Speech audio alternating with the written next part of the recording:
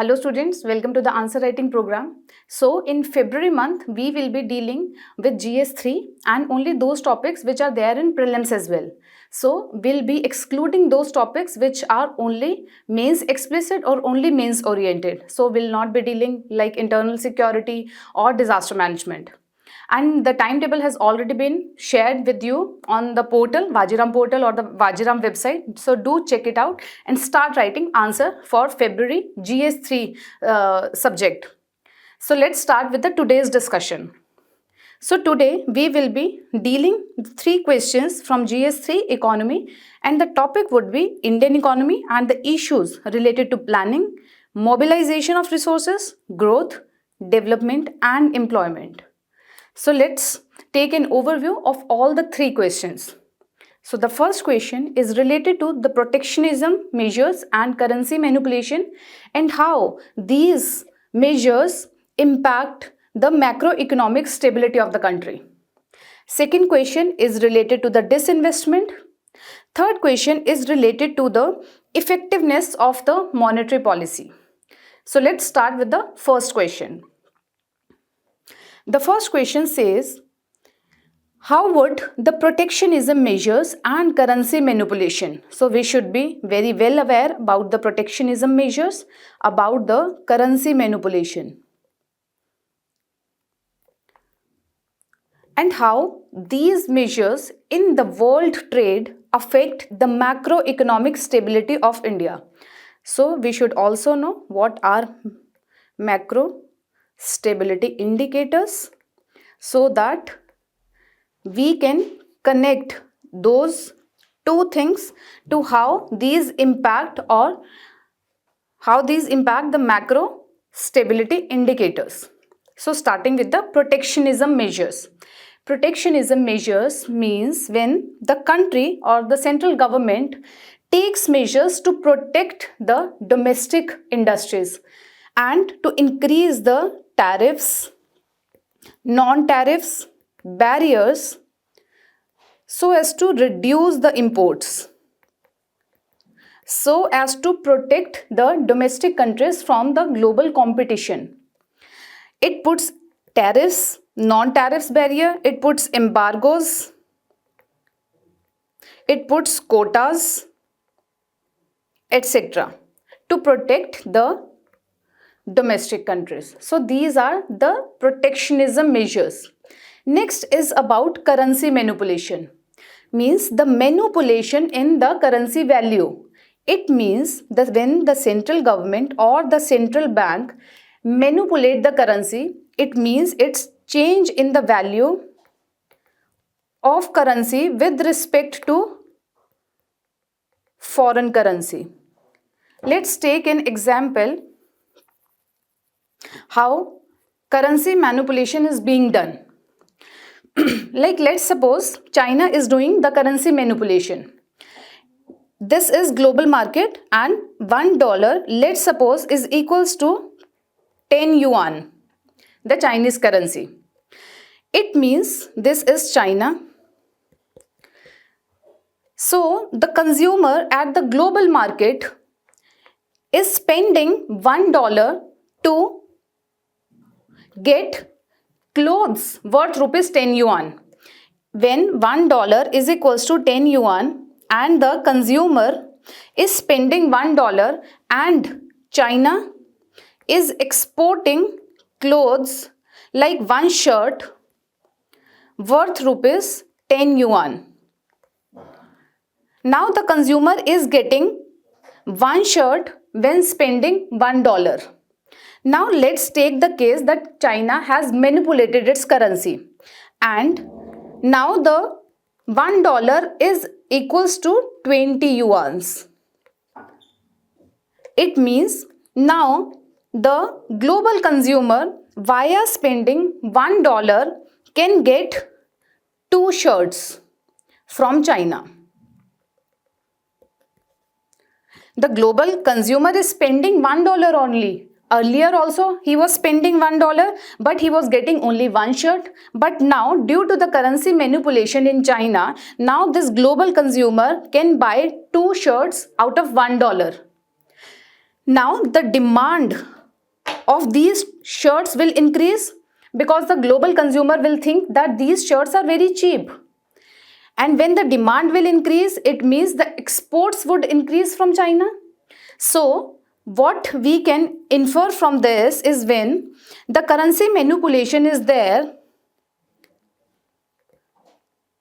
it directly impacts the exports of the country. So current countries sometimes manipulate intentionally to increase their exports, do the currency manipulations. But if we discuss with respect to India, do India do that? So India, yes, because of the floating exchange rate. It means the dollars with respect to rupee, this equilibrium depends upon the market value, market demand and supply of dollar and rupee in India. So in India, exchange rate depends upon the market forces. But yes, RBI intervenes in the forex market to control or to regulate the abrupt volatility in the forex market. But the intention is not to involve in the unfair trade practices so as to get the unfair advantage for the exports. RBI do not do that. But yes, USA has accused China to do intentional currency manipulation so that it would increase its exports in the global market. So this is the case of currency manipulations. Currency manipulations country do to increase their exports. So when any one country's exports would increase, and that would be the cheaper prices in the market, because now spending $1, one women can get 2 shirts now from China. But from India, via spending $1, she can get only 1 shirt. Because we have not done our currency manipulations. So what will happen means the women will demand more shirts from China but not from India. So the India's export would be hampered because this India's export cannot withstand with the very cheap prices from the Chinese market in the global market. So if any one country do the currency manipulation and do the protectionism measure, other countries' exports or other countries' trade hampers. So we will discuss in the body part. Just see the concept right here. Next comes the macroeconomics indicators, economic stability indicators. Now macro means the broader perspective, stability of economy. How the economy will be stable? When there is low debt on the country, when the current account deficit is low, when the inflation is low, when there are enough forex reserves, when the economic growth is moderate or high. So these are some macroeconomic stability indicators. So now we have to see that how these protectionism measures and the currency manipulation impact these macroeconomic indicators. So let's discuss this in the body part. So in introduction, what you can write? You can write about the definition of the protectionism. You can write about the currency manipulation, etc. So moving on to the body part. Impact of protectionism measures on macroeconomic stability means first we will discuss how the protectionism measures impact macroeconomic. In the next body part we'll see how the currency manipulation impacts the macroeconomic stability.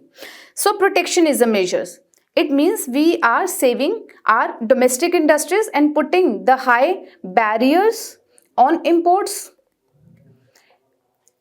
It means first, if we'll put the increasing trade barriers on the imports, it means the imports whatever is getting imported into the country, they will having the high prices, because whatever, suppose USA is exporting like $1 product or 100 rupees product to India. And India is putting the trade barriers like approximately 20 rupees they have put on 100 rupees of imports. So what will be the final value of the product is 120 rupees. Earlier, Indian people were getting the product from 100 rupees. Now they have to spend 120 rupees. It means the imports are expensive, and if consumer has to spend only 100 rupees, it means they cannot buy this 120 rupees goods or the services. It means the purchasing power of the consumer is reduced. The trades or the imports are getting expensive. It means with time, when they are higher prices, they are of the higher prices, the trade value, the demand will be reduced with time, because people do not want to spend more. If the demand would be reduced, the trade between these two countries would be reduced. So this impact, when the trade is reduced, it directly impacts the economic growth. It directly impacts the employment in India and also in USA. So when the economic growth hampers or the economic stability hampers, it impacts multiple other factors also. And when the prices increase, like from 100 to 120, inflation will be there. So high inflation, etc. And in retaliation, other country, that is USA in this particular case, will also put some trade barriers. India's exports will be reduced. And also with time the trade would be reduced, again hampering the global economic trade. And when the trade would be reduced, again the current account deficit would increase. So these are the macroeconomic stability. And when the trade would be reduced, forex reserves would be reduced. So these way you have to write about the impact. Next, coming on to the currency manipulation. Currency manipulation we have already discussed in detail in the introduction only. So when the currency manipulation is there, when China does the currency manipulation, India's export reduces. And when China is exporting in the global market its cheaper products, it means in India imports will be higher, because Chinese cheaper products are there, so imports surge would be there in India. And when imports are increasing, exports are decreasing, it means trade deficit would be there. And when trade deficit is there, it is the component of current account deficit. And when current account deficit is there for the longer time, it hampers the forex reserves. Forex reserves. With time, the economic stability would be hampered. Economic growth would not be there. Again, unemployment in the export-oriented sectors would not be there. Unemployment in the export sector would be there. And also with time, when the economic instability is there, the credit rating agencies will give the bad rating, and that hampers the investment from outside world to India would be reduced. Like the FDI inflows would be reduced. And again, it will be a cycle that how it hampers the economic growth again. And when the investment would be reduced, not only the financial investment, again the technological advancement, the specialization, the expertise from the various domains will be hampered. So this is the body part for the first question. Moving on to the conclusion. So what India should do, you can write in conclusion. So what India is doing so as to boost the export with respect to even the protectionism measures by the other countries are there, the currency manipulation is there, so that the India's export would be competitive. So India is giving some rebate in the taxes, in the cheap credit to boost the export market. Next is about India is diversifying its investment or its dependency on the one country. Like if India is importing products from China, so India is diversifying via doing regional pacts, via exploiting the untapped markets where India can export its product and will not just act as a dumping ground of the imports from China. So this way you can write the conclusion. Let's see the model answer. In model answer, starting with the basic definition, then impact, Then other impact of currency manipulation, finally done with the conclusion. Moving on to the next question, second question. So the second question says the Government of India dictum of no business to be in business means the government has no business to be involved in the business activities, has faced several impediments along the way. It means in achieving this thing, government has faced some issues. In this context, we need to comment on the objectives of disinvestment. This would be the first demand of the question. Policy by the government and various approaches. This would be the second demand, that what are the various approaches to the disinvestment policy. First is about objectives, approaches. Also suggest ways to effectively mobilize the public resources. This would be the third demand of the question. For modernizing the Indian economy. So there are the three particular demands. First, we need to write about the objectives of disinvestment. Second is about the various approaches for the disinvestment. And third is about how we can effectively mobilize the public resources. First, let's understand what is mobilization of public resources. We need to understand what is mobilization. Mobilization is in a simple, very simple language, is about the use, exploiting of the resources. First, for that, we need to identify the resources. Then we need to make the proper plan that how we can make the optimal or the efficient use of this particular resource, then use that resource. So identify and usage of resource. What resource? Human resource can be there, financial resources can be there, technological resources can be there, natural resources can be there. For what purpose we need to mobilize these resources? To achieve the economic stability or to boost the economic growth or development. So this is mobilization of public resources. So how we can mobilize the public resources? We have discussed that we need to identify and use the resources. Use the whatever the resources are lying, like that only, they are like stagnant resources. We are not using them appropriately or efficiently or optimally. So how we can do that? By improving the human capital or by giving them skill, by doing the skill development, by doing the public-private partnership, so that private expertise, specialization will come into the picture and will mobilize the resource, whatever there are lying resources that are stagnant or dormant, we can say.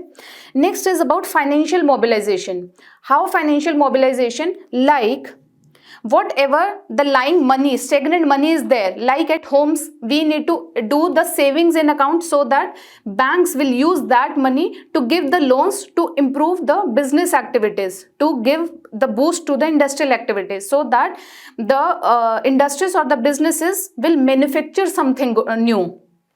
So this improves the money supply would be there, the overlying stagnant money that comes into the picture, into the banking system, that implies the multiplier effect. So this is the financial resources mobilization. Next is about the technological advancement. So the output ratio or whatever the technological advancement, it boosts the efficiency of the resources. Natural resources like unexplored, inefficient uses of the coal mines are there, natural gas is there. So whatever the natural resources are underlying, they have not exploited yet or they have not been used yet. So we need to use that also. So for this particular question, what our context is about the financial resources. How we need to mobilize our financial resources is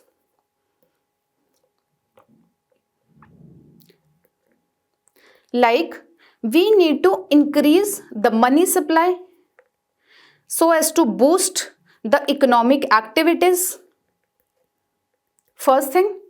So whatever the loss-making PSUs are there, either we can shut it down or we can revive it with the public-private partnership or with the private partnership only, so that with their expertise they will revive these PSUs, and this generates the new income, boosts the economic growth, boosts the employment, and hence increasing the GDP, and hence increasing the economic growth and development. So this is also one way. So there are other structural reforms also, like the labor code, labor market reforms should be there, so that the financial resources should be mobilized. For that, one particular way is disinvestment. Why disinvestment, and what is disinvestment? Disinvestment is reducing the ownership of government in PSUs. Be it 5% or 10%, disinvestment is just the reducing the ownership of the government share in the PSU. Like, take an example of XYZ company. Government is 100% owner of this. Now the government is selling 5% of its share to the common people, like via issuing the IPOs, initial public offer. It means it is reducing its ownership in the company. Now the government will only be the owner of 95%. So this is also the one type of disinvestment only. Again, we have three types of disinvestment. Or let's just understand, the disinvestment is reducing the ownership of government in the PSU, and when the ownership is reduced to 50% or less, plus transferring the management to strategic private partner. This is strategic disinvestment. Disinvestment is even when the government is reducing its ownership even by the 1%, 0.5%, 10%, 20%, that is disinvestment. But when the government is reducing its ownership to 50% or less, along with this, government is transferring its management, the decision making ability or authority, to the strategic private partner. That is strategic disinvestment. And what do you understand by the strategic private partner? It means the strategic private partner who has the technological expertise in that particular domain for the longer period of time, and when this strategic partner takes the ownership and includes in the management or the decision making of the newly bought company, like Tata in Air India. So this is strategic private partner. But when the government is giving its share, this is done when the government is giving its share or the ownership to less than 50% or 50% to the individuals or to the retailers. Then this may not be the strategic private partner always. So you should understand the difference between the strategic private partner when it owns or when it takes the transfer of the owner management from the government. So this is disinvestment, strategic disinvestment. So let's start with the main question. Introduction. In introduction, you can write about some recent context, because the question has given the context that in disinvestment, government faces some impediments. You can write about some impediments. Okay, let's understand also why government does this disinvestment. For three purposes. One, because earlier government is investing from its side to the PSU to make it work, because PSU is not generating any profit. So the government has to do the budgetary allocation to do its working or to make its work for the daily basis also, because the employees are there in that particular company, and India, being the welfare country, cannot just shut it out. So India invests every year in these loss-making PSUs. So if disinvestment would be there, it means the government is reducing its ownership and transferring its management control to the private partner. What first thing will happen? The government will stop investing in this loss-making PSU, because now the private partner will take care of this PSU. and whatever the government was earlier investing, now it can invest at some other good place which can generate the economic growth, like infrastructure development, welfare schemes, welfare programs, etc. So this is the first basic benefit of disinvestment. Second is about the when the government is disinvesting, so the private partner, this is government, when it is disinvesting or sharing or giving its ownership, so they have to pay to the Indian government.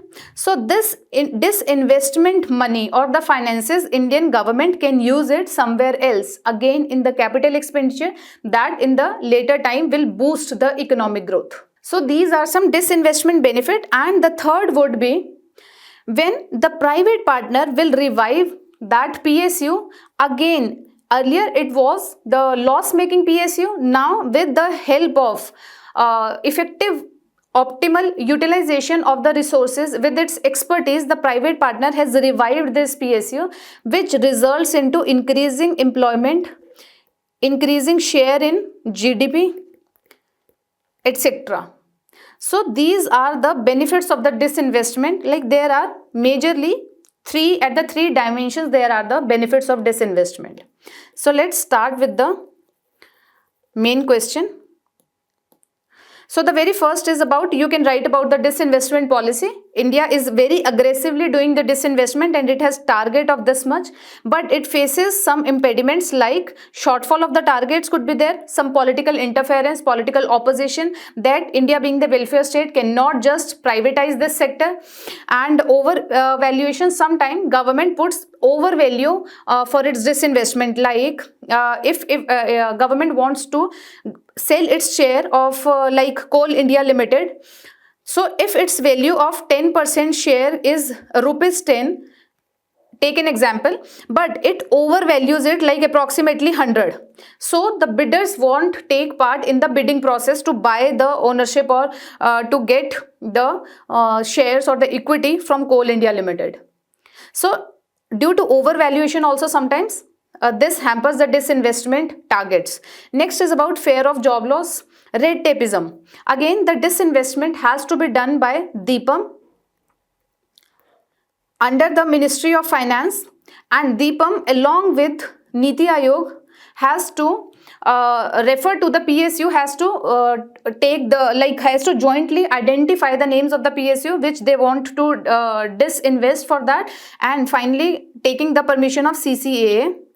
So in this whole process, again red tapeism, very slow process is there. Again it hampers the disinvestment this targets. Next, coming to the body, objectives of the disinvestment purpose, we have already discussed that improve efficiency of PSU, reduce the public burden, encourage the private sector to take part in the economy at the larger scale. Then resource allocation, diversification. Next is approaches to the disinvestment policies. The very first is about the minority disinvestment, like when the selling of the ownership is less than 50%, this is minority disinvestment. So India retains the majority control for majority share for control. Majority disinvestment is about selling more than 50%. And this we can also say about the strategic disinvestment. And strategic disinvestment has the second dimension, is when the transfer of the management to the private partner. Third is about the privatization.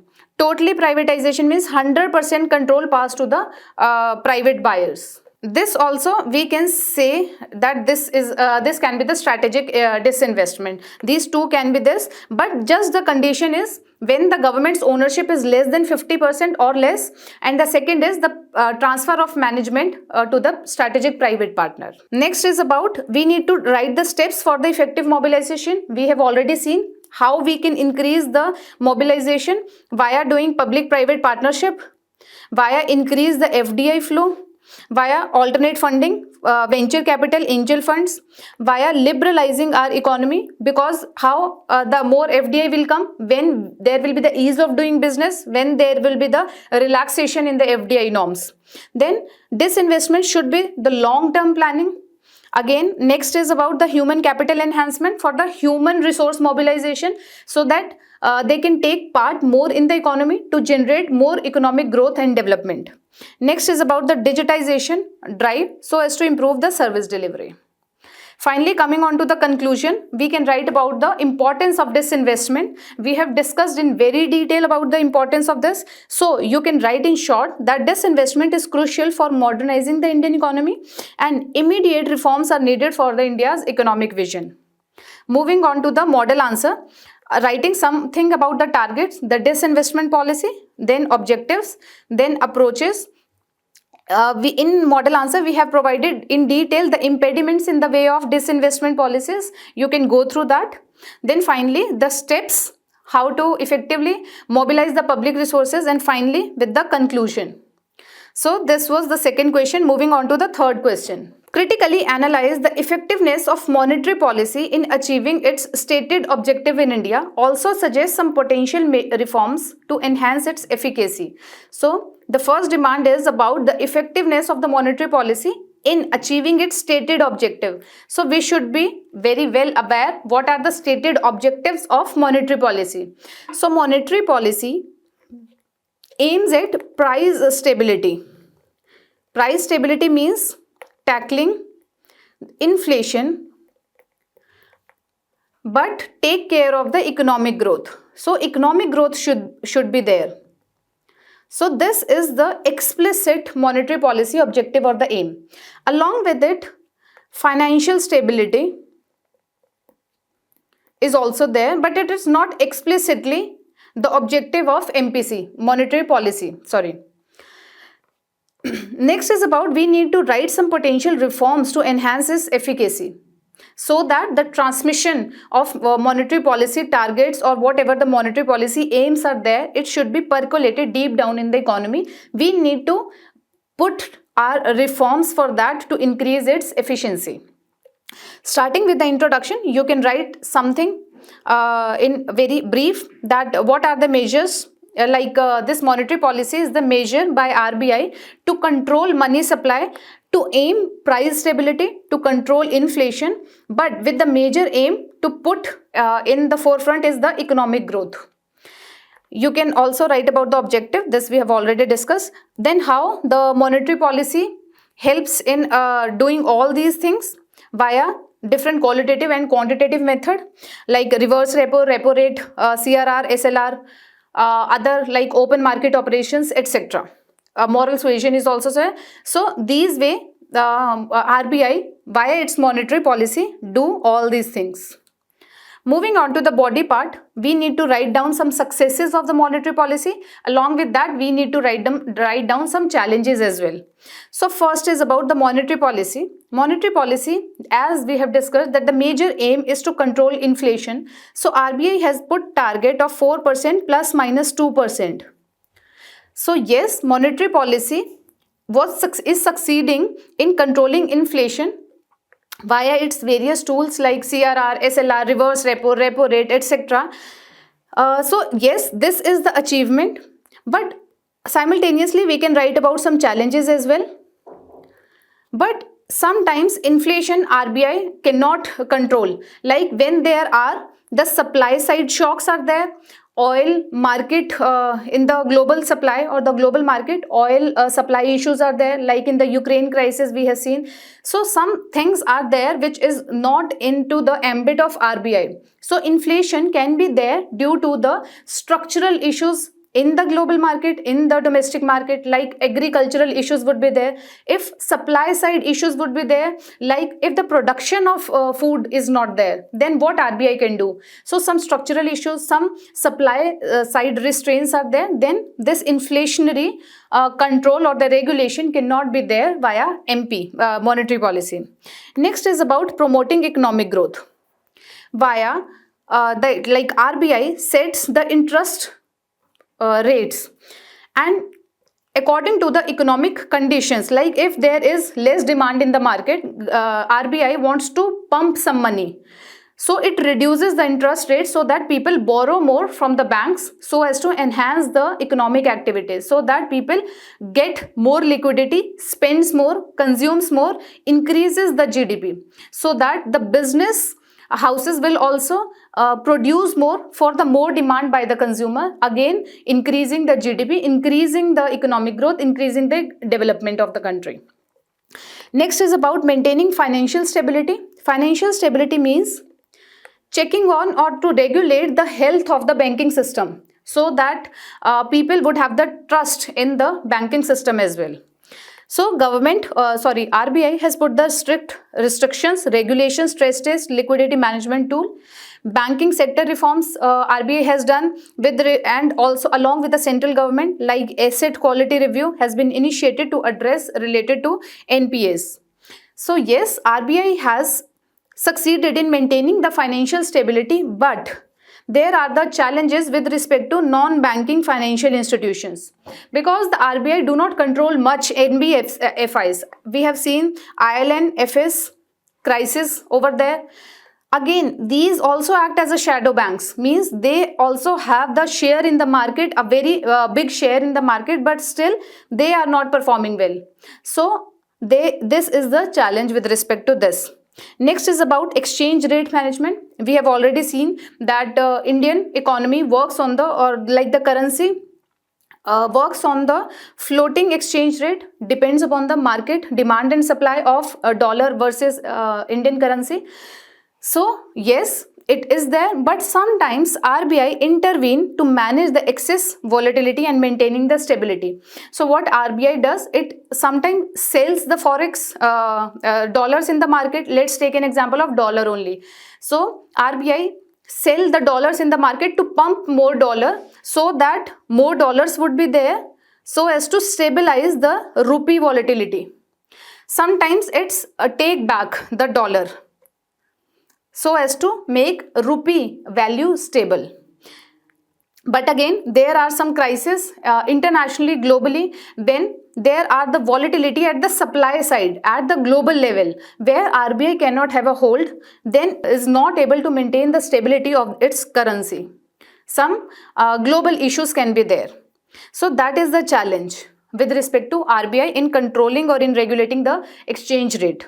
Next is about managing the global challenges. Yes, as we have seen in the case of COVID-19, RBI has come up with the very new, untraditional, unconventional methods to tackle the low demand. After when the from coming out of the COVID-19, how Indian economy was recovered. So RBI has done exceptionally good in recovery process also, and while the COVID-19 time also, like LTRO was there, moratorium on the loans were there. So again, yes, RBI can manage global challenges very well, but again some things are not there in the hand of RBI also, like Ukraine crisis are there. So if the crude oil disruptions would be there, if inflation due to the crude oil disruptions at the global scale would be there, so there RBI cannot manage much. So these are the challenges we have already discussed.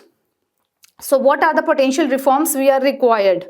First is about improving monetary policy transmissions. Sometimes RBI reduces or increases the interest rates so that people borrow much from the banks, like if it has reduced the RBI. So people, so as to create the demand. And this is the opposite case. But this transmission, that RBI has given the decision to decrease the interest rate, but it has not percolated down in the banking system. So this we need to improve. Again, second thing is about we need not to interference, like the government side or the political pressure should not be there in the central bank independence. They should work independently so as to work properly and to maintain the economic stability of the country.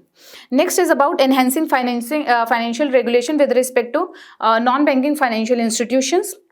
Next is about adopting the holistic approach. It means only the monetary policy cannot do much. Financial policy should also work together. Like the current scenario if we take, because the inflation is high and the demand is low. So if only monetary policy works, like if RBI will see that yes, inflation is high, so I have to take out the money back from the economy so as to reduce the liquidity. But if we take out the money from the economy, what it will result into? It will further reduce the demand. Demand is already suppressed. Again, the demand will be reduced. So we cannot just see the one side, the monetary policy. So we have to work holistically in integrate manner with the financial policy as well. So like this, we need to take the balanced approach, holistic approach, so that only one policy will not result into cannot result into the better results. So this way we have to work in the holistic manner. So coming up to the conclusion, what are the improvements required? So we can write some summary that effectiveness of this monetary policy is influenced by the domestic and the global factors. So there is always a room for improvement through the regular evaluations and the adjustment in the monetary policy. So taking a view of the model answer, starting with the monetary policy, what it is, how the tools are being used, then the different domains or the measures, successes and challenges. Finally, putting some reforms and conclusion. So this was it from my side. Thank you and have a nice day and keep writing.